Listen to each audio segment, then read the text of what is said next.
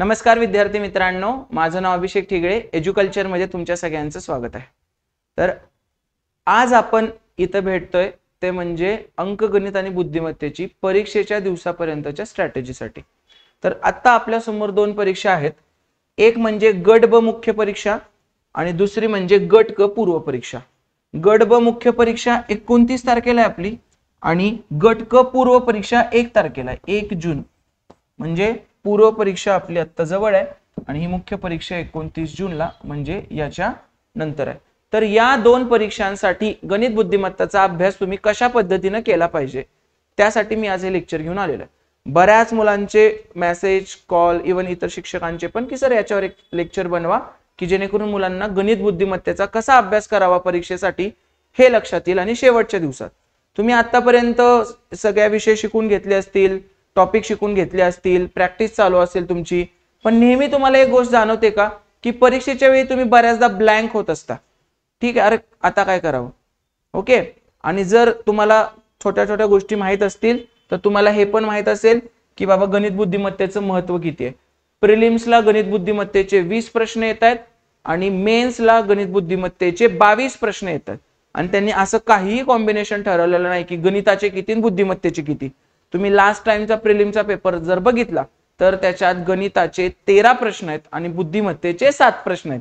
त्यामुळे तुम्ही असं काही म्हणू नका की बुद्धिमत्ता जास्त, गणित कमी, काही नाही. ते ज्या त्यावेळी पेपर येईल त्या त्यावेळी. एवढं मात्र आपण फिक्स सांगू शकतो, सलग 2 परीक्षा झालेत, 20-20 प्रश्न प्रिलिम्सला आलेत. सो गणित बुद्धिमत्ता मिळून 20 प्रश्न आपल्याला सॉल्व्ह करायचे आहेत. ओके. तर त्यासाठीच मी आजचं लेक्चर घेऊन आलोय की बाबा नक्की टॉपिक्स कुठले आहेत. आणि मी कधी ही गोष्ट सांगत नाही, पण या लेक्चरच्या शेवटी मी महत्वाचे टॉपिक तुम्हाला सांगणार आहे. रिसेंट ट्रेंड जर तुम्ही बघितला तर त्याच्यानुसार कुठले कुठले टॉपिक तुम्हाला केले पाहिजेत. ओके. तर चला आपण स्टार्ट करू. एकच मिनिट, अर्धाच मिनिट बोलेल, याच्याविषयी नंतर बोलणार आहे मी. ही माझी मागच्या वेळी स्टार्ट केलेली अंकगणित आणि बुद्धिमत्तेची फास्ट ट्रॅक बॅच आहे. ओके. तर ही बॅच खूप मुलांनी घेतलेली आहे आणि ही पूर्व परीक्षेची बॅच आहे असं तुम्ही म्हणू शकता. ठीक आहे. याच्यामध्ये मी घेतलेले प्रश्न सगळे 17 ते 23 मधले आहेत आणि पहिल्यांदा कन्सेप्ट शिकवले आणि त्याच्यानंतर सगळे PYQ आपण कव्हर केलेले आहेत. एक्झाम ओरिएंटेडच बॅच आहे सुद्धा आणि पूर्व परीक्षेची 17+ मार्क कसे मिळवायचे आपण ह्याच्यासाठी ही मी बॅच स्टार्ट केली होती. बऱ्याच जणांनी त्याचा फायदा घेतलेला आहे, फायदा झालेला आहे असं सुद्धा सांगितलंय. तर ही सुद्धा बॅच आता एज्युकल्चर ॲपवर अवेलेबल आहे. आणि आता आपली एक नवीन बॅच 13 तारखेला स्टार्ट होते. नवीन बॅच आपली 13 मेला स्टार्ट होते. ही खास बॅच मी गट ब मुख्य परीक्षेसाठी लॉन्च करतोय. ठीक आहे. 7 दिवसांची ही बॅच असणार आहे. त्याच्यामध्ये रोज 3 तास आपण लेक्चर घेणार आहे आणि फक्त एक्झाम ओरिएंटेड आणि मार्क्स ओरिएंटेड ही बॅच असणार आहे. ह्याच्यात वेगळं काही असणार नाही. बेसिक्स वगैरे याच्यात कव्हर केलं जाणार नाही. ठीक आहे. तर ज्यांना त्यांचे मार्क 11-12 वरून जर 18+ न्यायचे असतील तर त्यांच्यासाठी ही मी बॅच तयार केलेली आहे. 18+ मार्क, 22 पैकी 18+ मार्क जर तुम्हाला न्यायचे असतील तर त्यांच्यासाठी ही बॅच केली आहे. या बॅच मध्ये याच्यातले सगळे लेक्चर आहेत. आपल्या याच्या 2 बॅच झाल्या, फास्ट ट्रॅक 1.0, फास्ट ट्रॅक 2.0. तशी मी आता ही फास्ट ट्रॅक 3.0 बॅच केली गट ब मुख्य परीक्षेसाठी. तुम्हाला या बॅच मध्ये यातले सगळे लेक्चर मिळणार आहेत. सो जे मुलं गट क पूर्व परीक्षेसाठी सुद्धा रिव्हिजनला बघत असाल तर ते हे बॅच घेऊ शकतात आणि मग त्यांचा तुम्हाला ह्या बॅच गट क पूर्वला पण फायदा होईल आणि नंतर गट ब मुख्यला असाल तर त्याला सुद्धा तुम्हाला फायदा होईल. ठीक आहे. तर या 2 अशा बॅचेस आहेत. जे फक्त पूर्वलाच पाहिजे ते हे घेऊ शकतात आणि जे मुख्यला आहेत ते हे. याच्यातले आणि याच्यातले प्रश्न पूर्णपणे वेगळे असणार आहेत. मी याच्यात PYQ प्रश्न घेणारच नाहीये. मेन्सला मी मेन्स लेवलचे प्रश्न वेगळे करून घेणार आहे. PYQ चे सगळे प्रश्न तुम्हाला याच्यात मिळून जातील. 17 ते 23-24 जेवढे असतील ना सगळे प्रश्न या बॅच मध्ये मिळतील. ह्याच्यात मी स्वतःचे प्रश्न की काय बाबा येऊ शकतील अशा पद्धतीचे प्रश्न मी याच्यात घेणार आहे. तर मला ह्या 2 गोष्टी अनाउन्स करायच्या होत्या. आता आपण प्रॉपर मुद्द्याला येऊया. अभ्यास कसा करायचा. सगळ्यात पहिल्यांदा तर सिलेबस काय काय ते तर माहित पाहिजे ना, किंवा तुम्ही कुठले कुठले टॉपिक अभ्यास केले तर कुठल्या कुठल्या टॉपिकचा तुमचा अभ्यास राहिलाय. तर तुम्हाला आता जे मी दाखवतोय हे सगळे माझ्या पुस्तकातल्या इंडेक्स पेजचे मला जसे पाहिजेत ना तसे मी क्रॉप करून फोटो काढलेत. पुस्तकाची अनुक्रमणिका आहे. तर या पूर्ण ह्याला मी नाव देतो की बेसिक. हे सगळे आपले बेसिकचे टॉपिक आहेत. हे सगळे आपले बेसिकचे टॉपिक आहेत. त्याच्यामध्ये येतं BODMAS, fraction, indices, test of divisibility, विभाज्यतेच्या कसोट्या, equation with single variable, equation with 2 variable आणि क्वाड्रॅटिक इक्वेशन, याच्यावर आजपर्यंत 2009 ते 2025 पर्यंत विचारलेल्या प्रश्नांची संख्या एवढी आहे. ज्या टॉपिकला तुम्ही म्हणता की हे आम्हाला येतंय त्यांची प्रश्न संख्या बघा. बॉडमास फ्रॅक्शन इंडायसेस 181 4 226 च्या घरात बसते. 226 संख्या तुमच्या बेसिक टॉपिक वर आहे. 226 प्रश्नांची संख्या. ओके, त्यामुळे हे टॉपिक महत्वाचे आहेत. बरोबर. आता त्याच्यानंतर हे बाकीचे इक्वेशन विथ सिंगल आणि डबल व्हेरिएबल त्याचे 45 47 आणि क्वाड्रॅटिक इक्वेशनचे 8. त्यामुळे एवढं काही महत्वाचं नाही असं म्हणू शकतो. पण हे जर तुमचं चांगलं असेल तरच तुम्हाला पुढे जाता येते. हे 7 टॉपिक तुम्हाला आधीपासून जमले पाहिजेत. मी ह्याच्या शेवटी सांगणार आहे की तुम्हाला परीक्षेपुरता आता कुठले कुठले टॉपिक करणं गरजेचं आहे. पुढे हे दोन आपले महत्वाचे टॉपिक आहेत. याला आपण काय नाव दिलंय, जोकर्स ऑफ मॅथमॅटिक्स. कारण आपण हे टॉपिक सगळीकडेच यूज करतो. हे टॉपिक आपण सगळीकडे यूज करतो. त्याच्यावर आजपर्यंत विचारलेले लसावी मसावीचे प्रश्न आहेत 37 आणि ऍव्हरेजचे सरासरी ऍव्हरेजचे प्रश्न आहेत 73. त्यामुळे हे दोन्ही टॉपिक महत्वाचे आहेत. रिसेंट मध्ये तुम्हाला सुद्धा हे दोन टॉपिक पाहायला मिळतील. नंतर आपण मॅथमॅटिक्सचा जो एक पूर्ण भाग सांभाळतो त्याला म्हणतो आपण राईट हँड ऑफ मॅथमॅटिक्स, म्हणजेच आपले रेशोचे टॉपिक सगळे. मग त्याच्यात ratio, proportion, ages, mixture, partnership, याच्यामध्येच तुम्हाला कॉइन्स दिसेल. परत याच्यामध्येच तुम्हाला इन्कम एक्सपेंडिचर दिसेल. तर हे सगळे topic ratio and it's application मध्ये बघतो. आणि प्रश्नांची संख्या जर बघितली तर रेशिओला आजपर्यंत 56 प्रश्न विचारलेत. परत एजेसला 48, इकडे पार्टनरशिपला 8, मिक्सरला 8 आणि पार्टनरशिपला 10 प्रश्न. त्यामुळे रेशिओ आणि एजेस खूप महत्वाचे टॉपिक आहेत. ओके, चला. त्याच्यानंतर गणिताची जो दुसरी बाजू सांभाळतो त्याला मी लेफ्ट हँड ऑफ मॅथमॅटिक्स म्हणतो, म्हणजेच पर्सेंटेज अँड इट्स ऍप्लिकेशन. याच्यामध्ये काय काय येतं, पर्सेंटेज, प्रॉफिट लॉस डिस्काउंट आणि सिंपल अँड कंपाऊंड इंटरेस्ट. हे 3 टॉपिक याच्यात येतात. आणि त्याच्यातल्या तुम्ही पर्सेंटेज या टॉपिक मधल्या प्रश्नांची संख्या आजपर्यंतची बघा किती आली आहे, 86. ओके. परत नंतर प्रॉफिट लॉस त्याच्या खालोखाल 39 आणि सिंपल इंटरेस्ट, कंपाऊंड इंटरेस्ट 27 प्रश्न. त्यामुळे पर्सेंटेज ह्या टॉपिक वर सुद्धा ऑन अँड अराउंड 125 ते 130 प्रश्न पडलेले आहेत. कळलं. चलो नेक्स्ट. हे दोन महत्वाचे टॉपिक ज्याला येतात ना त्याला गणित कधीच अवघड जात नाही किंवा गणिताबद्दल नावड पण कधी त्याची तयार होत नाही. त्याच्यानंतर मी अजून एका टॉपिकला नाव दिलंय विलन्स ऑफ मॅथमॅटिक्स. गुंड आहेत हे मॅथमॅटिक्सचे. कोण आहेत ते गुंड? ते म्हणजे वर्क टाइम आणि स्पीड टाइम डिस्टन्स. हे प्रश्न बघितले की नको वाटतं पोरांना. आणि इकडे मज्जा बघा, स्पीड टाइम डिस्टन्सचे प्रश्न किती आहेत, 90. स्पीड टाइम डिस्टन्सचे प्रश्न 90 आहेत. रिसेंट मध्येच 3 पेपरला 6-7 प्रश्न ते ऍड करायचे आहेत. अजून 96 पकडा मग. ठीक आहे, हा डेटा माझा 2024 पर्यंतचा आहे. शेवटचे झालेले पेपर 3 राहिलेत, समाज कल्याण कंबाईन आणि सीसॅट राज्यसेवा. तर ते जर ऍड केले 2-2 प्रश्न प्रत्येकाच्या 6 प्रश्न जर पकडले तुम्ही तर स्पीड टाइम डिस्टन्स 90 आहे आणि वर्क टाइम किती आहे, 91. म्हणजे हे जे विलन आहेत ते येत आहेत आणि चांगली टीम घेऊनच येत आहेत गुंडांची. बरोबर. तर त्यामुळे सुद्धा तुम्हाला हे 2 टॉपिक करणं गरजेचं आहे. पण हे टॉपिक तेव्हाच येतात जेव्हा तुमचं रेशो चांगलं असतं. कारण मी काय फॉर्म्युलाने शिकवत नाही, टॉपिक रेशोने शिकवते, बऱ्याच लोकांना माहित असेल. तर ह्या 2 टॉपिकचा अभ्यास करणं तुम्हाला प्रचंड गरजेचं आहे. अजून एक आहे, त्याला तर गब्बर सिंगच म्हणतात ना पोरं, गुंडांचा गुंड. कोण आहे? टॉपिकचं नाव काय? Probability permutation combination. आता ह्याला गुंडांचा गुंड म्हणतात, पण काय एवढं काय नाहीये, त्याला हसण्यापेक्षा जास्त काय येत नाही. ठीक आहे का? प्रश्नांची संख्या बघा 14, 13, 10 एवढेच प्रश्न आहेत 3 टॉपिक वर मिळून. 27 आणि 10 37 प्रश्न. कधी? 2009 ते 2024 पर्यंतच्या, म्हणजे 15 वर्षात एवढेच प्रश्न पडलेले आहेत. त्यामुळे याला भ्यायची काय गरज नाही गब्बर सिंगला. आणि ह्याचं एकच कन्सेप्ट असते प्रोबॅबिलिटी मध्ये, तुम्ही रिअल लाईफ मध्ये येऊन गणित सोडवायचा प्रयत्न केला की तुम्हाला हा टॉपिक सोपा जातो. ओके. तर एवढे प्रश्न आपल्याकडे आलेले आहेत. नंतर मेन्सुरेशन, जॉमेट्री आणि अल्जेब्रिक एक्सप्रेशन. आता ह्याचे प्रश्न बघा. मेन्सुरेशन हे 3 टॉपिक असे आहेत की ज्याला काय म्हणतो मी, फक्त एवढ्या 3 टॉपिकलाच आपण शिकवताना फॉर्म्युला वापरतो. आतापर्यंतच्या कुठल्याच टॉपिकला आपण फॉर्म्युला नावाची गोष्ट वापरत नाही. मेन्सुरेशन, जॉमेट्री आणि अल्जेब्रिक एक्सप्रेशन दोन्ही वेगवेगळे आहेत. कोण काढा, थेरमचा वापर करा, असे जे प्रश्न असतात, बाजू समांतर कुठले, ते सगळं जॉमेट्रीत येतं. आणि ज्याच्यामध्ये आपल्याला पेरिमीटर, एरिया आणि व्हॉल्यूम असे प्रश्न येतात, म्हणजे परिमिती, क्षेत्रफळ आणि आकारमान किंवा घनफळ, तर ते सगळे प्रश्न म्हणजे मेन्सुरेशन असतं. त्याला जॉमेट्री म्हणायचं नाही. जॉमेट्री म्हणजे थेरम, अँगल ज्याच्यात काढतो ते जॉमेट्री, बाकी सगळं मेन्सुरेशन. ठीक आहे, तर त्याचे पण प्रश्न संख्या जास्त आहे. आणि तुम्हाला ह्याच्यात काय करायचं आहे, तुमच्याकडे 8 ते 10 आकृत्या असतात. त्या 8 ते 10 आकृत्यांचे तुम्हाला फॉर्म्युले माहीत पाहिजेत. फॉर्म्युले तुम्हाला त्याचे माहीत पाहिजेत, तर आणि तरच तुम्ही ते प्रश्न टॅकल करू शकता, नाहीतर काय विसरून जायचं सरळ. परत अल्जेब्रिक एक्सप्रेशन म्हणजे काय, ते ए प्लस बी ब्रॅकेट स्क्वेअर, ए क्यूब प्लस बी क्यूब, ए क्यूब मायनस बी क्यूब, ए प्लस बी होलचा क्यूब वगैरे, किंवा एक्स स्क्वेअर मायनस बी स्क्वेअर, असे जे प्रश्न असतात सगळे, तर हे असे आपल्याला 7 अल्जेब्रिक एक्सप्रेशन माहीत पाहिजेत. 7 अल्जेब्रिक एक्सप्रेशन जर तुम्हाला माहीत असतील तर तुम्ही हे सगळे प्रश्न टॅकल करू शकता. प्रश्नांची संख्या कमी नाहीये. रिसेंट मध्ये प्रत्येक पेपरला 1 किंवा 2 प्रश्न याच्यावर विचारलेले आहेत, त्यामुळे या टॉपिकला सुद्धा तुम्हाला सिरियसली घेणं गरजेचं आहे. ठीक आहे, पुढे पुढे काय येतं, नंबर सिस्टीम, एपीजीपी आणि बेसिक्स म्हणजे मिसलेनियस, ज्याला कशातच पकडू शकत नाही, तर हे असे सुद्धा खूप सारे प्रश्न तुम्हाला बघायला मिळतात.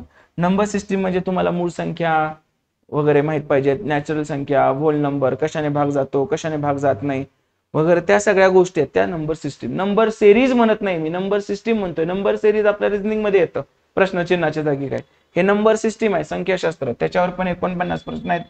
एपीजीपी 2 फॉर्म्युले असतात, एपीचे 2 फॉर्म्युले आहेत, जीपीचे 2 फॉर्म्युले आहेत, ते टोटल 4 फॉर्म्युल्यावर प्रश्न सुटतात, पण आपण विदाउट फॉर्म्युलाच हे सुद्धा टॅकल केलेलं आहे ऍव्हरेजच्या कन्सेप्टनं.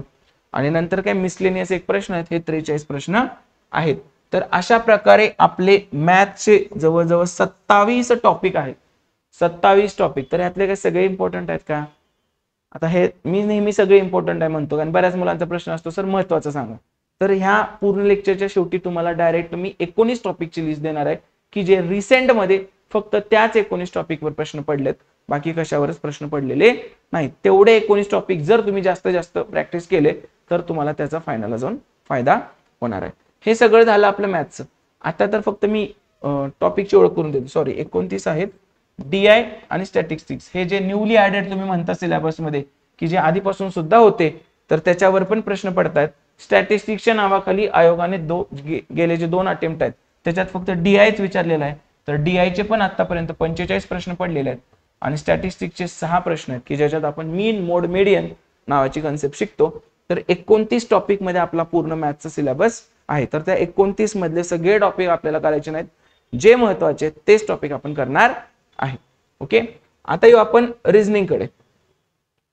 तुम्हाला परीक्षेपर्यंत काय करायचं ते सांगणार आहे, पण आधी टॉपिकची ओळख तर करून घ्या. त्यातले बरेच टॉपिक सुद्धा मुलांना माहित नसतील. एपीजीपी काय, ते डायरेक्ट पेपरला जाऊन दिसतो प्रश्न, अरे हे कसं सोडवायचं, तर तसं व्हायला नको.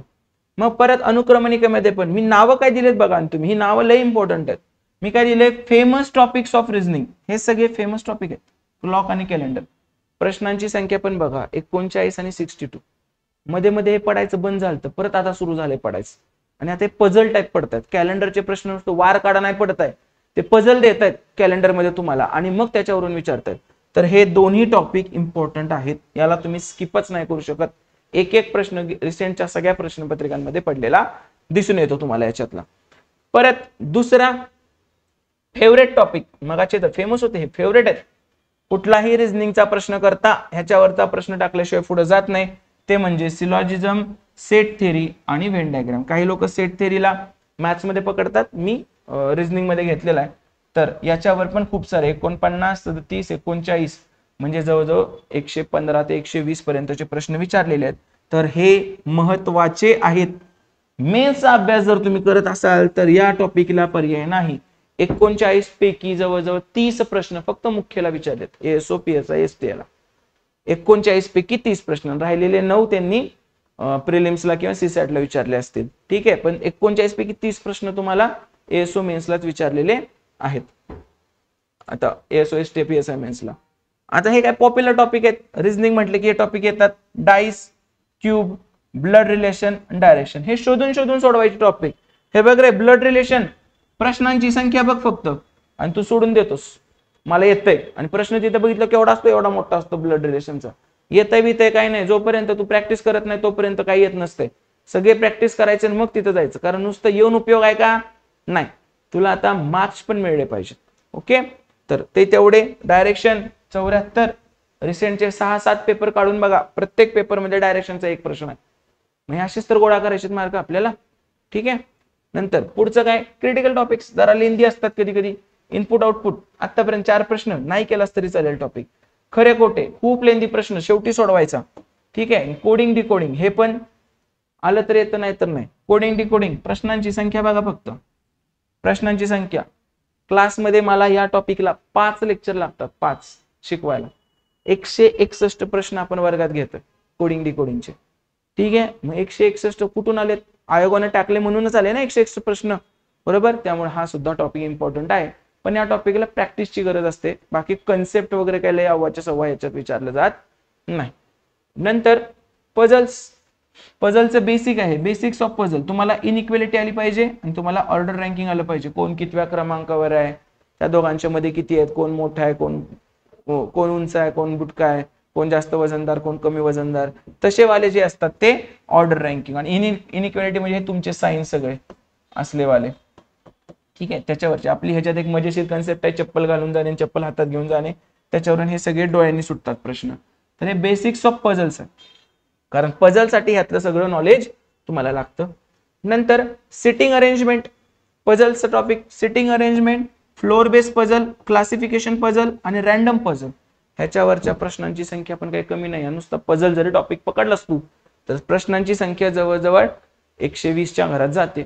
त्यामुळे हा सुद्धा टॉपिक इम्पॉर्टंट आहे. पण मजा काय, हा प्रश्न सोडवायचा कधी, शेवटी खरे खोटेच्या आधी सोडवायचा हा प्रश्न. का, कारण प्रश्नांची संख्या असते पानभर प्रश्न असतो याचा, ते वाचण्यातच खूप वेळ जातो. त्यामुळे हे प्रश्न आपण शेवटी घ्यायचे, पझलवाले प्रश्न. आणि हे कसं असतं, प्रॅक्टिसनं जमतं. तुम्हाला एक पझल आत्ता सुटेल पण पेपरला सुटणार नाही, आणि एखादं तुम्हाला पेपरला सुटलेलं असतं घरी आल्यावर मित्राला समजवताना सुटत नाही. कारण पझल काय पाठ करायची गोष्ट नाही, तुमच्या मूडवर असतं ते. तुम्ही कधी कुठली कंडिशन घेताय, कुठली केस घेताय, कुठली पॉसिबिलिटी घेताय, त्याच्यावर हे पझलचे प्रश्न डिपेंड असतात. त्याच्यानंतर सिरीज वाले प्रश्न, number series, alphabetical series, alpha numeric series आणि नंबर पझल. हे जे प्रश्न आहेत ह्याला मी नेहमी म्हणतो की ह्याच्यात काय, हे प्रश्न तुम्हाला आला म्हणजे तुम्ही लय हुशार, आणि या प्रश्नाचं तुम्हाला उत्तर नाही आलं म्हणजे तुम्हाला मॅथ्स कायच येत नाही किंवा रिझनिंग कायच येत नाही, असं काही नाही. तर हा प्रश्न आला तर ठीक, 1 मिनिट द्यायचा, जेवढे पाहिजेत तेवढे लॉजिक लावायचे, 1 मिनिटात जमला तर ठीक, नाही तर स्किप करायचं आणि पुढे जायचं. ह्या प्रश्नावरून तुमची गुणवत्ता सिद्ध होत नाही. कधी कधी झपकन लॉजिक लागतं, कधी कधी लागतच नाही.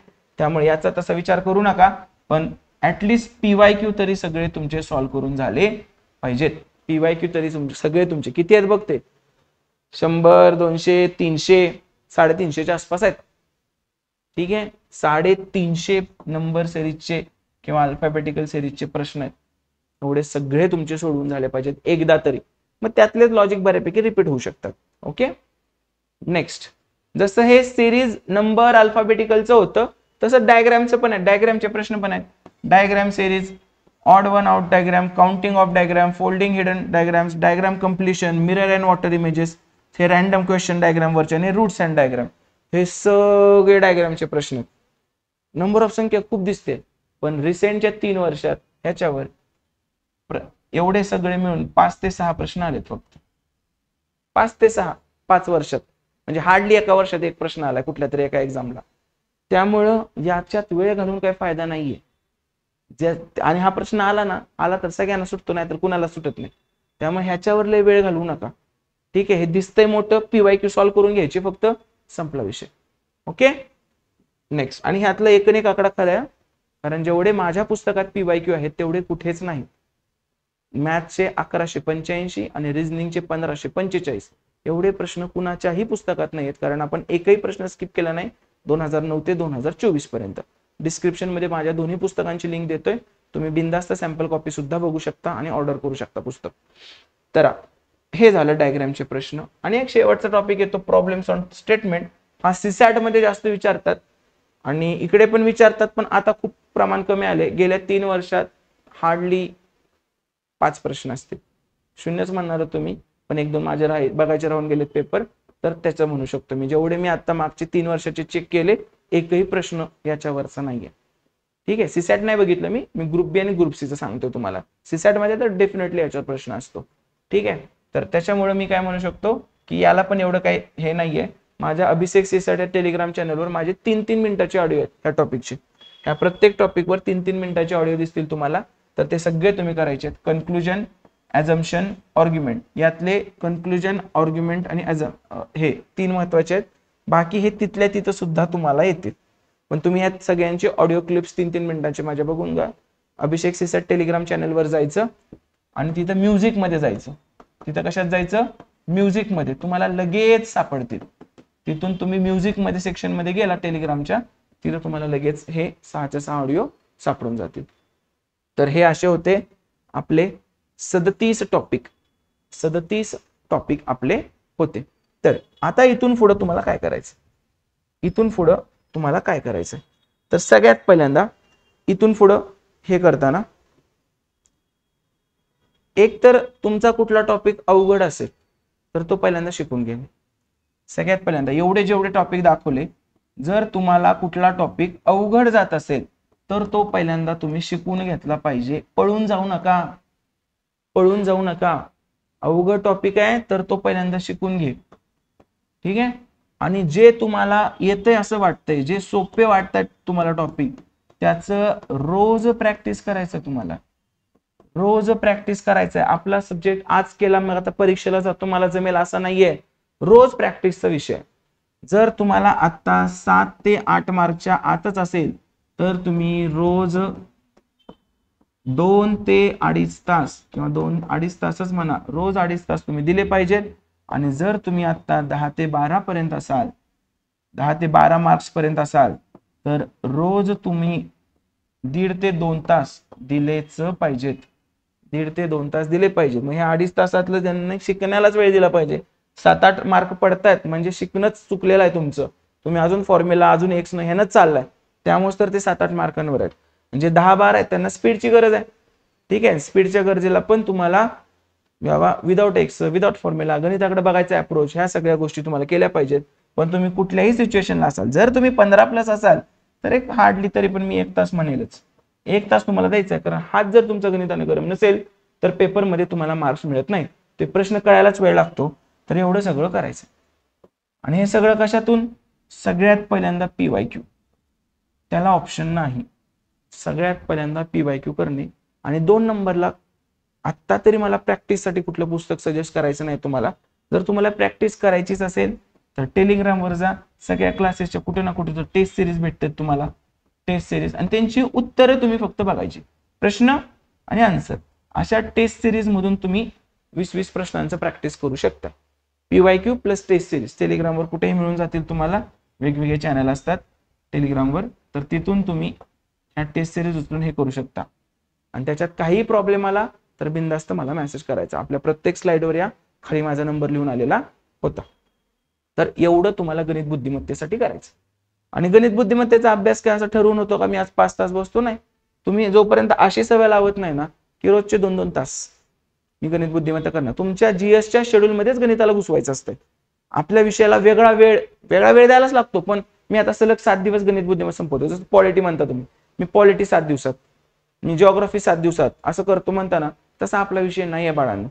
तुम्हाला आपल्या विषयाचा अभ्यास रोज करायचा आहे. करंट सारखा. इव्हन करंट पण शेवटी केलं तर चालतं, पण आपल्या विषयाला तुम्हाला रोज अभ्यास करावा लागणार आहे. कळतंय?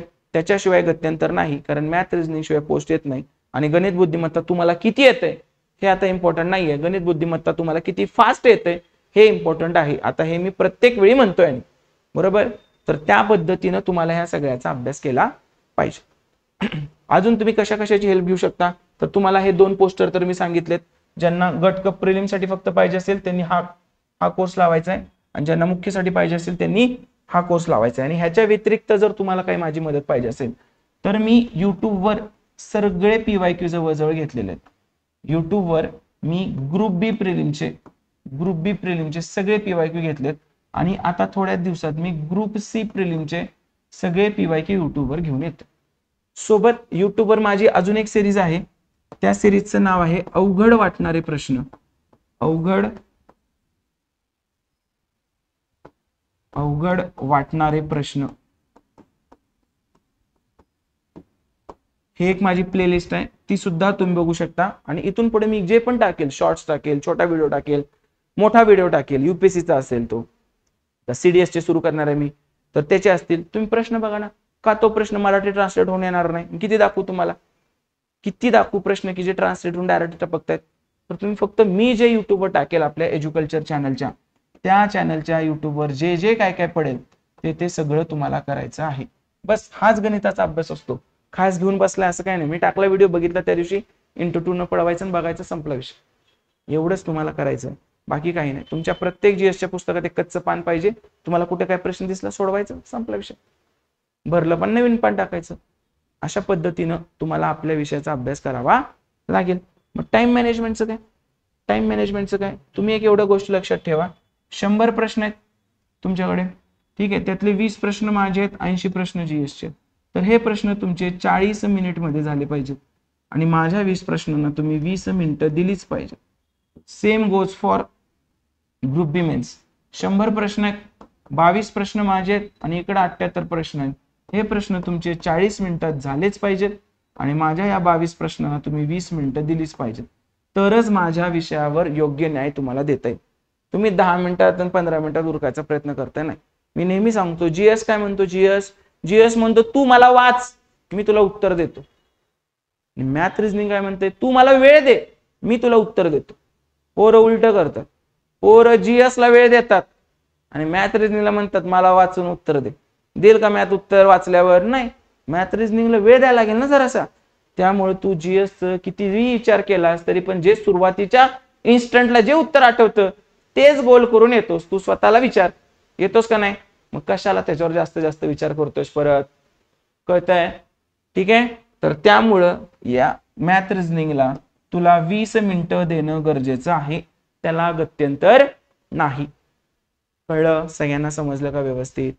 आणि काय नाही रे, रामबाण उपाय कुणाकडे नाही. हे स्ट्रॅटेजी वगैरे वगैरे मी का हे करतो, रामबाण नाहीये हे काय उपाय. तुम्हाला प्रॅक्टिसच, स्ट्रॅटेजी वगैरे कधी बोललो का तर हा शब्द, अभ्यास करणे इज द ओनली स्ट्रॅटेजी. ठीक आहे. पण शेवटी जरा बाबा टॉपिक पण काही काही मिस झालेले असतात, ते तुम्ही बघितले पाहिजेत. म्हणून हे सगळं मी घेऊन आलेलो आहे.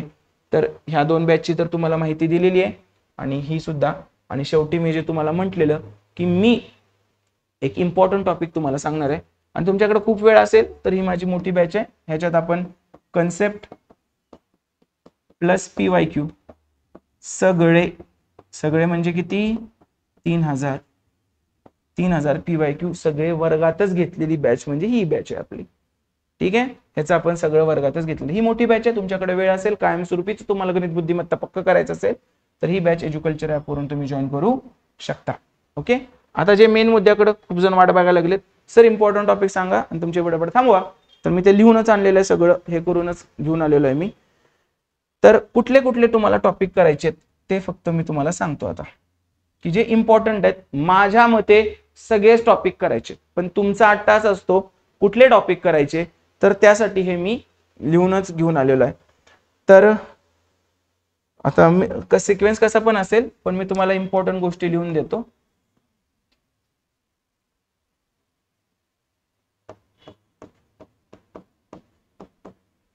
पर्सेंटेज, अल्जेब्रिक एक्सप्रेशन, ते 7 म्हणलेले ना, A+B ब्रॅकेट स्क्वेअर वगैरे, त्याचं खूप प्रमाण वाढलंय आता.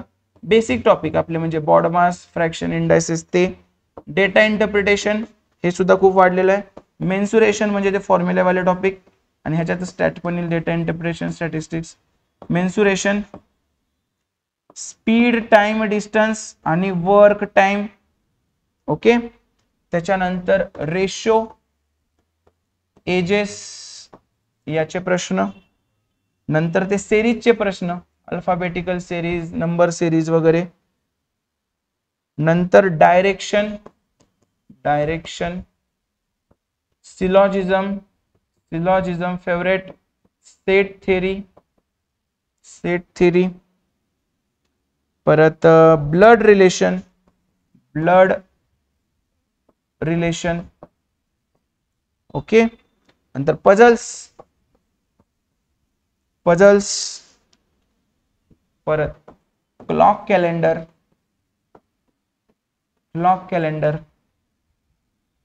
ॲव्हरेज आणि LCM HCF. LCM HCF काय राहिलं का?